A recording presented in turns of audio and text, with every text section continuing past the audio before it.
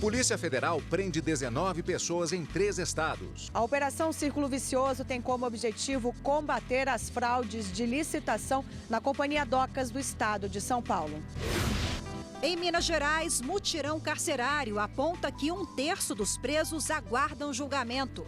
É aquele que está em julgamento na primeira instância, ou que o processo já subiu para o tribunal, ou já se encontra no STJ, na Suprema Corte. Observatório Nacional, criado pelo CNJ e Conselho do Ministério Público, vai acompanhar questões que envolvem segurança pública. A inclusão do tema foi decidida durante a última reunião do Observatório, onde foram discutidas informações sobre a criminalidade no país. E ainda no Rio Grande do Sul, falta de prestação de serviço em festa de aniversário gera indenização por constrangimento.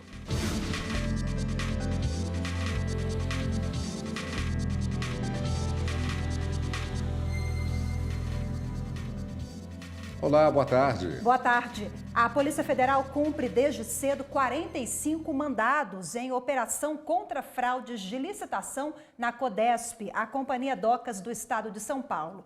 19 pessoas já foram presas até o momento, entre elas um ex-deputado federal. A ação Círculo Vicioso conta com o apoio da Controladoria Geral da União e do Ministério Público. Quem tem os detalhes, as informações dessa operação e conversa com a gente agora é a repórter Fernanda Tavares. Olá, Fernanda, muito boa tarde para você. Olá, Rafaela, boa tarde a você, boa tarde a todos. Foram expedidos pela 5ª Vara Federal de Santos 21 mandados de prisão temporária e 24 mandados de busca e apreensão. Um dos alvos da investigação, como você disse, Rafaela, é o ex-deputado federal Marcelo Saxoni, do PRB de São Paulo. A investigação é para desmantelar um esquema criminoso que fraudava licitações e contratos públicos da Companhia Docas do Estado de São Paulo. Os investigados vão responder pelos crimes de organização criminosa, fraude à licitação e corrupção ativa e corrupção passiva. Eu volto com vocês aí no estúdio. Obrigado, Fernanda. Levantamento feito pelo Tribunal de Justiça de Minas Gerais aponta que no estado, 1/3 dos presos aguardam julgamento e ainda que mais de 90% das penitenciárias do estado estão superlotadas. Os dados são do último mutirão carcerário, que além de um diagnóstico das prisões mineiras, também realizou ações para reduzir a superlotação. O esforço concentrado durou 3 meses. Nesse período, um grupo de juízes fez um levantamento da quantidade de pessoas presas em Minas e avaliou as condições das unidades prisionais. Os magistrados analisaram em que fase se encontram os processos judiciais desses cidadãos e se eles já têm, por exemplo, direito à progressão de regime. O presidente do TJMG, desembargador Nelson Messias de Moraes, ressaltou que no estado existem aproximadamente 21.600 presos provisórios, o que corresponde a 1/3 do total de encarcerados em Minas. O que é um preso provisório? É aquele que está em julgamento na primeira instância, ou que o processo já subiu para o tribunal, ou já se encontra no STJ, na Suprema Corte.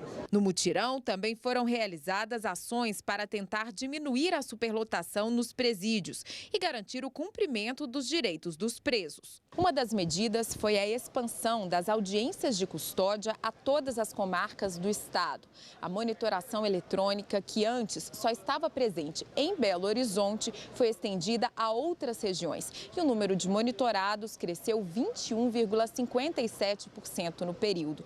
A análise da situação jurídica dos presos permitiu a concessão de progressões de regime, livramentos condicionais e extinção de penas. As questões que envolvem a segurança pública vão passar a ser acompanhadas de forma permanente pelo Observatório Nacional, criado pelo Conselho Nacional de Justiça e pelo Conselho Nacional do Ministério Público. A inclusão do tema foi decidida durante a última reunião do Observatório, onde foram discutidas informações sobre a criminalidade no país. O encontro, que ocorreu na sede da Procuradoria-Geral da República, contou com a participação da Procuradora-Geral da República, Raquel Dodge, do presidente do Supremo Tribunal Federal, Dias Toffoli, e do ministro da Justiça e Segurança Pública, Sérgio Moro, além de outros integrantes dos poderes executivo e legislativo e do sistema de justiça. Acho que muda o patamar do diálogo, porque agora nós temos evidências mais concretas para, quem sabe, investirmos nos 125 municípios mais violentos, ou nos 5 municípios do projeto Brasil em Frente Brasil, ou algo. Nós temos informação. Durante o evento, foram apresentados à plataforma Cinesp, uma base oficial de coleta e consolidação de informações relativas à segurança e criminalidade, onde são fornecidos indicadores que fomentam a transparência, a formulação de políticas públicas para a redução da violência urbana, e o projeto piloto Em Frente Brasil, de enfrentamento à criminalidade violenta em 5 estados. No fundo, a ideia é um aprendizado, né? Vamos tentar fazer isso com envolvimento maior do governo federal nesse enfrentamento da criminalidade urbana e violenta, buscando melhores indicadores, claro que focados nesses locais de maior prática e incidência de crimes violentos, mas com a intenção de nós aprendermos e podermos reproduzir essas experiências em outros locais de uma maneira mais rápida, mais fácil e mais ampla no futuro. Representantes do Fórum Brasileiro de Segurança Pública também apresentaram dados sobre a criminalidade no Brasil. Eles falaram sobre o Atlas da Violência 2019. Foram mencionados fatores que influenciam na redução da violência, com destaque para as possíveis soluções encontradas para o problema, como a construção de espaços de prevenção e mediação de conflitos, repressão qualificada com inteligência e controle e ações preventivas. As estatísticas criminais, elas são fundamentais para a gente pensar as tipificações penais. Então, estratégias de redução de latrocínios, por exemplo, são muito diferentes daquelas pensadas para reduzir feminicídios ou os homicídios comuns ou mesmo os assassinatos de policiais. Outro assunto discutido no encontro que integra a pauta do observatório foi o caso de Brumadinho. Membros do Ministério Público que acompanham a situação na cidade mineira relataram os problemas que a população enfrenta após o rompimento da barragem e sugeriram a elaboração de um termo de cooperação entre o CNJ e o Ministério da Cidadania para viabilizar o acesso à base de dados do Cadastro Único para Programas Sociais, o CadÚnico. E o ministro da Justiça e Segurança Pública, Sérgio Moro, autorizou o emprego da Força Nacional nas cidades de Ananindeua, no Pará, Cariacica, no Espírito Santo, Paulista, em Pernambuco, São José dos Pinhais, no Paraná e Goiânia, em Goiás. As portarias foram publicadas no Diário Oficial da União desta quinta-feira.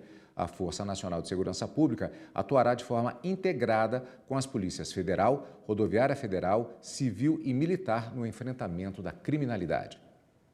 E daqui a pouco começa a sessão plenária do Supremo Tribunal Federal. Os ministros devem retomar o julgamento iniciado nesta quarta-feira de ações que questionam a lei de responsabilidade fiscal. O relator, ministro Alexandre de Moraes, decidiu dividir o voto das ações. Haviam 8 com o mesmo tema. 2 já não estão mais em julgamento. Das 6 que ficaram, alguns artigos foram considerados constitucionais por todos os ministros. Entre eles, o que autoriza a União a bloquear repasses voluntários a estados e municípios, caso eles não cumpram o dever de instituir e arrecadar tributos locais. Até o momento, o único trecho considerado inconstitucional pelo relator e mais 3 ministros é o que trata de limitar repasses aos poderes legislativo, judiciário e ao Ministério Público. Me parece que haja aqui qualquer inconstitucionalidade.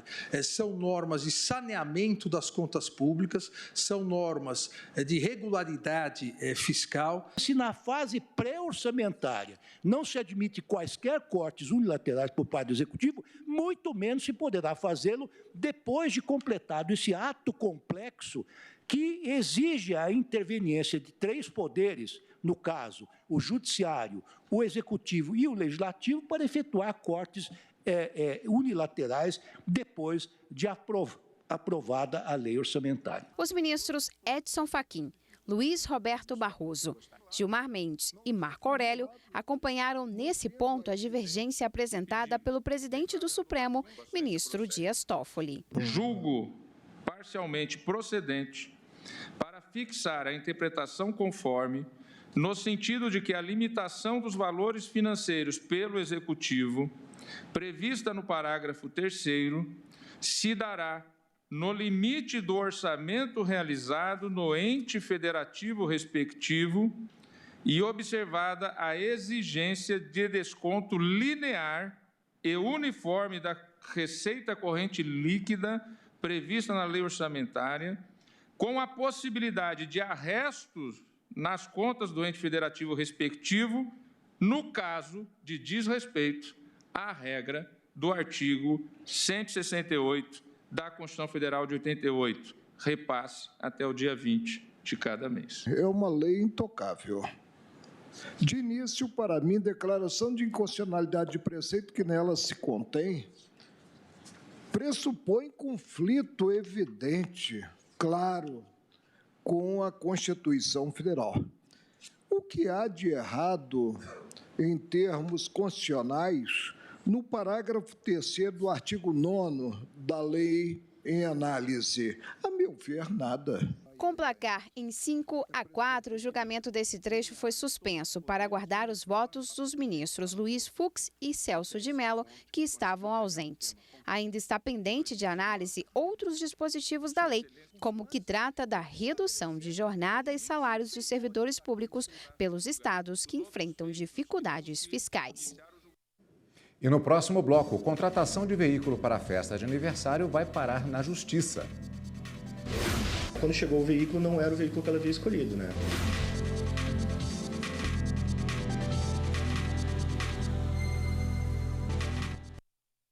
O Superior Tribunal de Justiça estabeleceu que corretora não é obrigada a notificar investidor sobre venda de ativos para minimizar prejuízos. O entendimento vale para operações do chamado mercado a termo, em que as partes acertam a compra e a venda de um tipo específico de ativo ou mercadoria em quantidade determinada e a preço fixo, mas para liquidação futura. O recurso especial julgado pelo Superior Tribunal de Justiça foi interposto por uma corretora condenada na primeira e na segunda instância a indenizar um investidor que se sentiu lesado pela venda de ações sem a sua autorização. Ao reverter a condenação, a terceira turma do STJ, por unanimidade, entendeu que a corretora agiu em benefício do investidor, nos limites autorizados pela CVM, a Comissão de Valores Mobiliários. O relator, ministro Moura Ribeiro, explicou que nos negócios a termo, o sistema de compensação e liquidação da Bolsa exige um depósito em garantia feito pelo investidor, que nesse caso foi insuficiente. De acordo com o ministro, o investidor declara previamente que, nessas situações, autoriza a empresa a liquidar os contratos e vender os ativos se houver débitos pendentes em seu nome. O valor da venda é usado para pagar esses débitos, independentemente de notificação judicial ou até mesmo extrajudicial. Apesar de concluir que as vendas nas operações a termo foram legítimas, a terceira turma manteve a condenação imposta à corretora pela venda de ativos das operações à vista. Para o colegiado, nesse caso, a Comissão de Valores Mobiliários determina a comunicação prévia para a complementação de garantia, se o valor depositado em caução não for suficiente. Pois é, Rafaela, festa de aniversário, casamento, você sempre tem expectativa de alegria, né? Só que no Rio Grande do Sul, uma família contratou uma festa de aniversário especial para a filha. Até aí tudo bem. Os convidados iriam confraternizar dentro de uma limusine. Mas no dia da festa, o carro reservado foi trocado.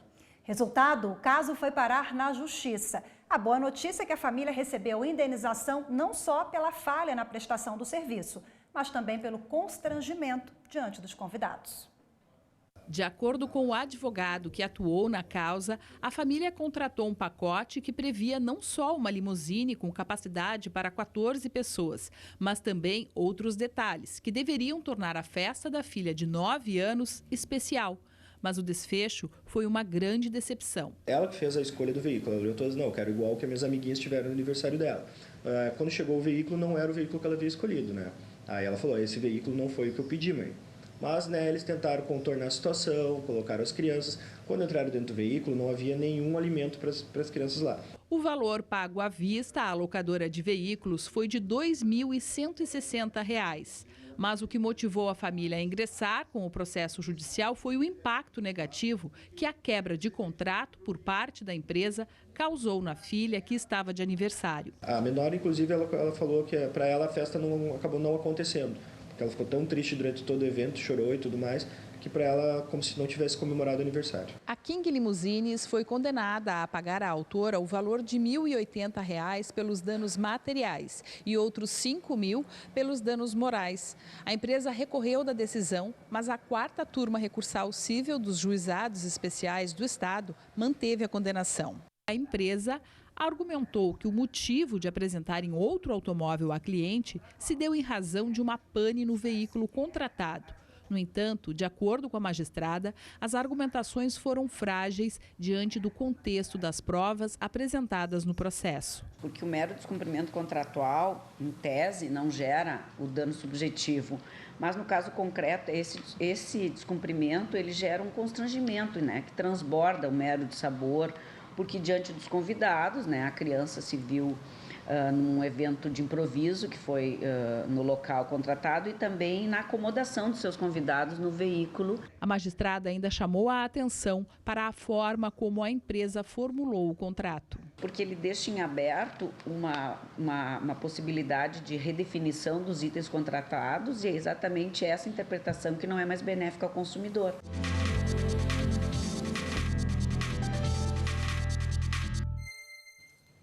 E para falar mais sobre o assunto, nós recebemos aqui no estúdio a advogada Ildecé Amorim. Seja bem-vinda mais uma vez, boa tarde. Boa tarde, obrigada. Bom, nós vimos na reportagem que a limusine alegou que houve uma pane no veículo. Existe alguma justificativa, algum fato para justificar essa falta na prestação de serviço?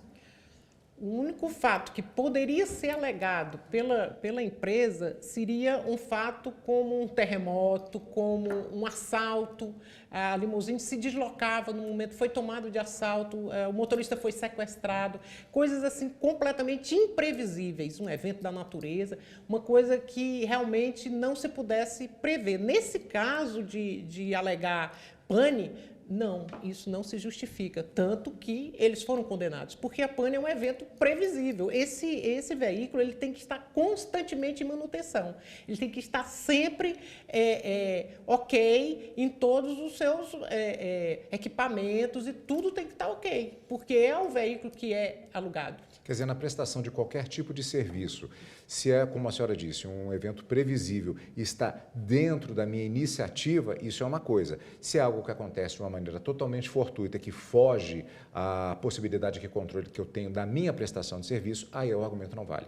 Sim, aí quando você quando ocorre algum fato que você não tem como prever que poderia ocorrer, você vai usar esse fato provando, obviamente, você tem que demonstrar que o que fez com que o contrato fosse quebrado, ou que houvesse falha na prestação, foi algo que fugiu da sua vontade, que a sua vontade era cumprir com o contrato, mas você foi impedido por algo que não tinha como você prever. Então, isso sim é uma justificativa. Juridicamente, nós vimos que a decisão, ela concedeu aí uma indenização, não só pelo dano que ocorreu no veículo e a falha na prestação de serviço, mas também pela questão do constrangimento. Uma criança de 9 anos não tem preço, né? Isso deixa marcas e daí esse constrangimento. Exatamente. Não pode se dizer que foi um mero dissabor a não prestação de serviço, porque a criança ela fica na expectativa. Então, ela fica na expectativa, ela conta para os coleguinhas, o meu aniversário vai ser assim, vai ser em tal lugar, vai ter tais coisas.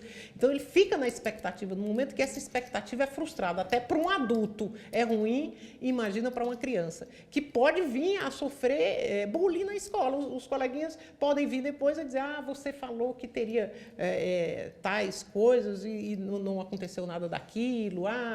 Não é? Então, fica uma coisa para a criança que é difícil de ser elaborada e tem que se trabalhar o emocional dessa criança. Considerando que há o aspecto econômico, há o aspecto que é mais subjetivo, que reflete no dano moral, a quem se deve procurar nesse caso? O PROCON ou é um caso de medida judicial, propriamente dita?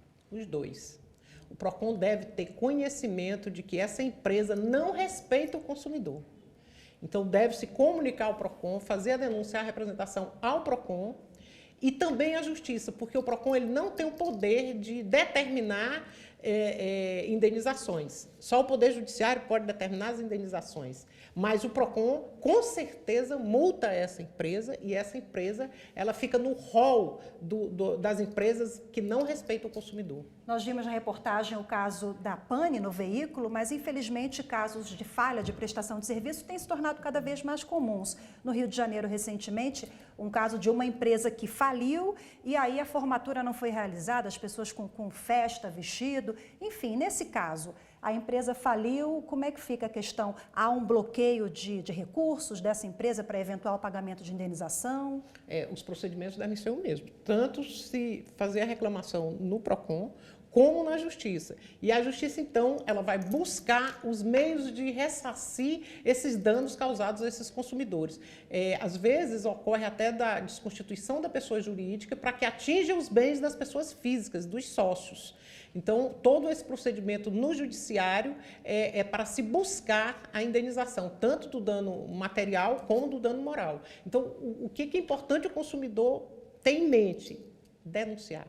Sempre, sempre, sempre denunciar. Mesmo que o prejuízo material seja pequeno, deve denunciar, tanto no PROCON como na Justiça, porque só quando sentir no bolso, quando vê que o marketing é muito negativo dessas pessoas que não cumprem, não é? O Código de Defesa do Consumidor. Essas empresas que não respeitam o consumidor, elas têm um marketing negativo, porque o PROCON elabora a lista dessas pessoas, dessas empresas, né, dessas pessoas jurídicas. Então é importante, o papel do consumidor é importantíssimo na denúncia.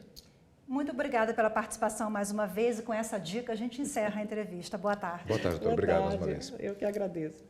E a seguir, operadores do direito prestigiam o lançamento de livros do vice-presidente do STF. Os textos trazem uma análise sobre as mudanças nos trâmites jurídicos com a aplicação do novo Código de Processo Civil.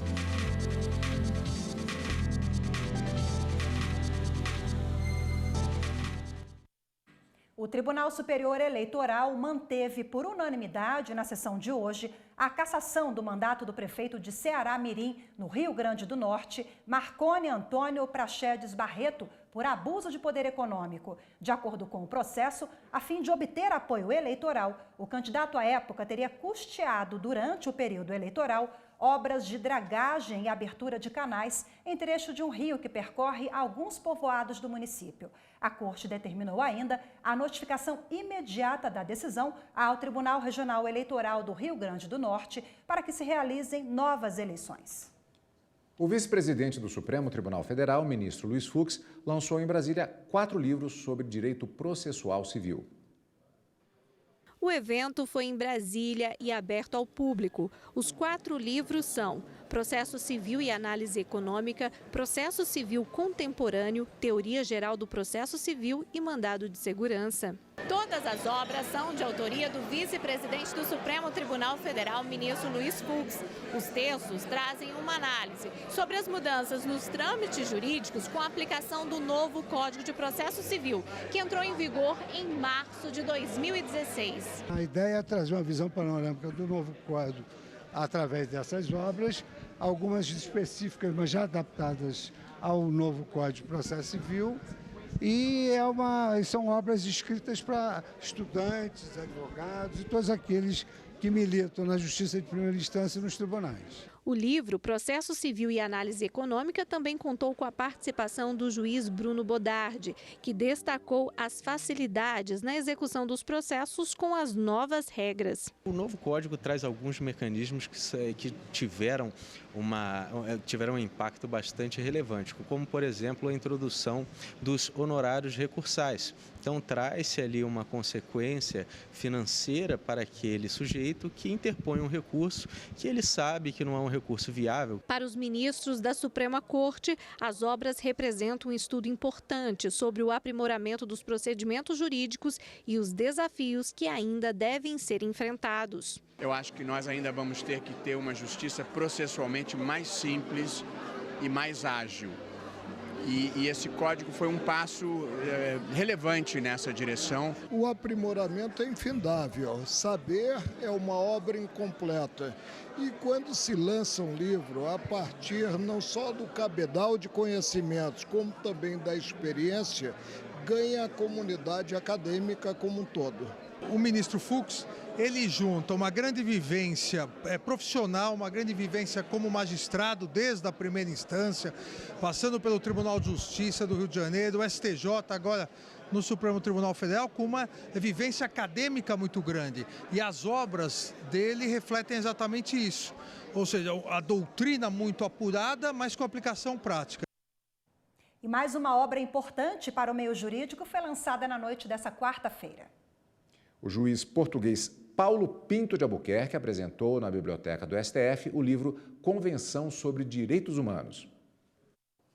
A obra tem assuntos variados: acesso à justiça, violência doméstica, tortura, trabalho escravo, direito à liberdade.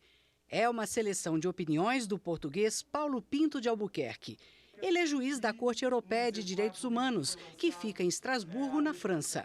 O prefácio do livro foi escrito pelo presidente do STF, ministro Dias Toffoli. Temas que envolvem direitos humanos, questões tão importantes e questões que são debatidas, assim como na Europa, aqui no Supremo Tribunal Federal.